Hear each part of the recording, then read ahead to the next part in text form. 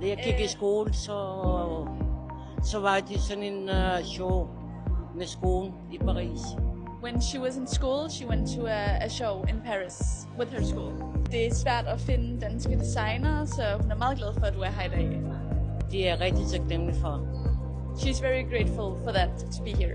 Hvad er inspirationen bag din kollektion? Det er guddommeligt. Altid Gud har givet gave hernede på jorden. Det inspirerer mig. Det vil sige natur. Everything God has given to the earth and brought down to earth, so nature and everything beautiful that he created. Hvad er dine fremtidsplaner? Og åbne min egen firma en dag. To create her own business. Er der en særlig besked, du gerne vil kommunikere ud igennem din kollektion? Altså, jeg vil kommunikere, at alt det Gud har skabt hernede på jorden, det kan man se på min kollektion. Det er som den her kjole. Det fremstiller som en himmel deroppe. Alt det er guddommeligt.